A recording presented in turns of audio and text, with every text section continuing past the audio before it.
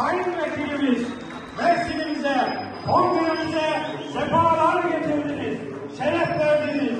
Davamız hürriyettir, adalettir, kardeşliktir.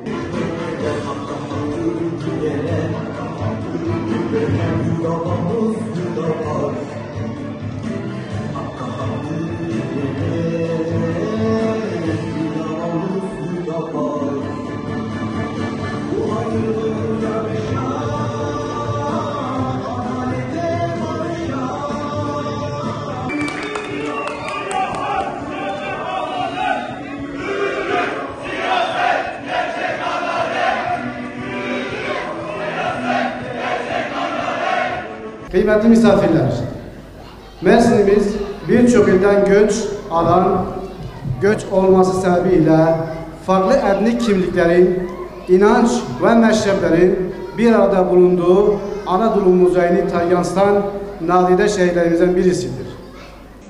Son gündem olarak da halen devam eden Gazze saldırılarında Gazze'li kardeşlerimize destek için yapılan programlara destek verilir.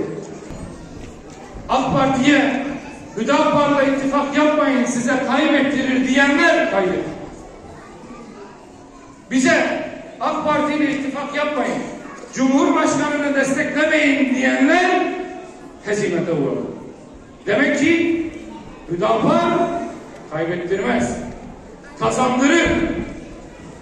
Basın mensubu kardeşlerim buradaysa alın size maaşı. Hüdapar kazandırır. Ve inşallah kazandırmaya da devam edecek. Kim ki bizi görmezden geliyor, kendisi görünmez oluyor. 14 Mayıs ve 28 Mayıs bunu çok net bir biçimde gösterdi. Ama mesele sadece seçim kazanmak değil. Mesele seçim kazandıktan sonra bu memlekete ne katacağımızdır. Neyi başaracağımızdır. İnşallah 4 vekille meclisteyiz ama sadece kendimizle değil, rakiplerimizle de hayırlı yarışmak istiyoruz. Bizler hiç kimseye düşman gözüyle bakmıyoruz. Bize düşmanlık yapanlara bile. Çünkü biz şunu biliyoruz. Bu memleket Müslüman bir memleket. Bu topraklar İslam toprağı. 1000 yıldan fazla bir süredir. Hepimiz Adem'in çocuklarıyız. Hepimiz Rabbimizin yarattığı şerefli mahluklarız. Misyonumuzu birbirimize hatırlatmak mümkün. Elimizden geldiğince, dilimiz döndüğünce bu memleketin hayrına inşallah çalışmaya devam edeceğiz. Çünkü şunun da farkındayız. Bizler 100 yıllardır birliği parçalanmış, birbirine düşman edilmiş bir ümmet olarak bu insanlığın da yegane ümmidiyiz. Bugün dünyada hasreten İslam coğrafyasında bu kadar zulüm, bu kadar kargaşa, bu kadar huzursuzluk varsa, yeryüzünde zalimler kol geziyorsa bunda bizim de payımız. Biz birlik olamıyoruz diye, biz birbirimize kardeşlik elini uzatamıyoruz diye, birbirimize destek, kol, kanat geremiyoruz diye bunlar oluyor. İşte memleketimizi de yıllarca bu şekilde güçten düşürdüler, zayıf bıraktılar.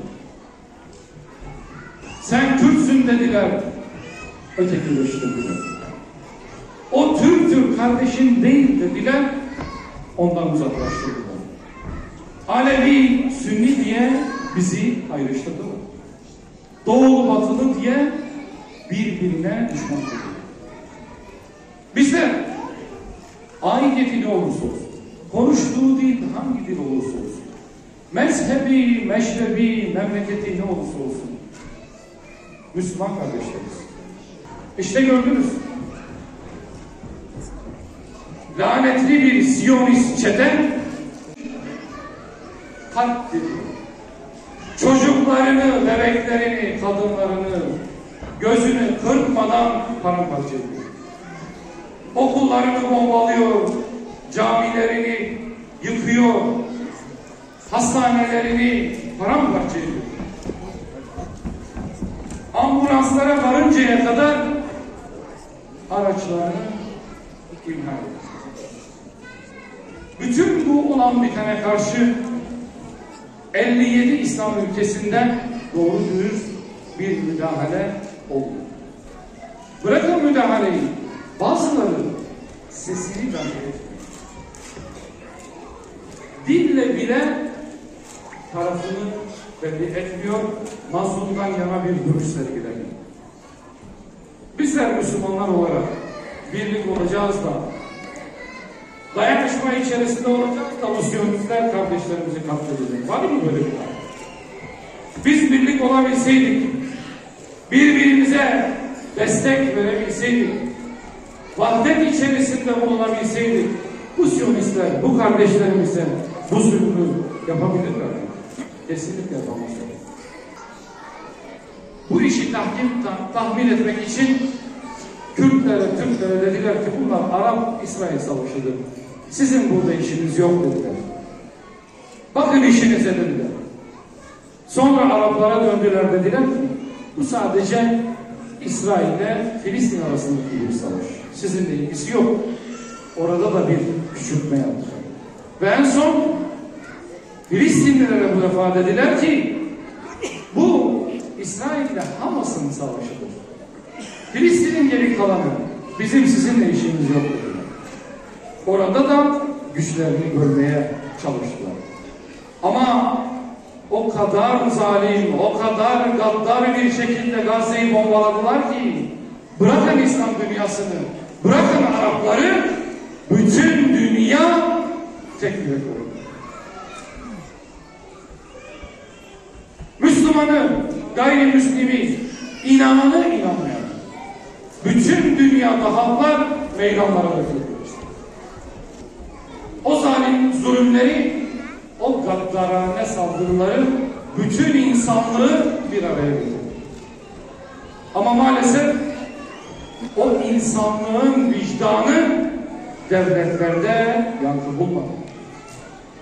Ne bir devlet, ne bir uluslararası kuruluş, ne Birleşmiş Milletler, hiç kimse ama hiç kimse Gazze'li kardeşlerimiz için kılını dahi kıpırdatmadı.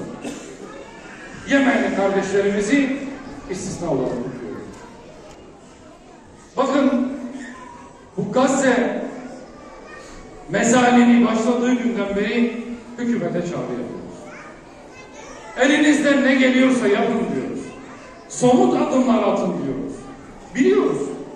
Sayın Cumhurbaşkanlığı'nda, hükümetin de en az bizim kadar içinin yandığını farkındayız. Ama içi yanmak bu zulmü öldürmeye. Zalime zalim olduğunu haykırmak zulümden onu el çektirmiyor. O halde yapabileceğimiz kadarını yapmamız gerekiyor. Biz Türkiye olarak öyle zayıf, çaresiz, kimsesiz, imkansız bir ülkedeyiz. Siyonistlerle ilişkilerimizi koparabilirdik.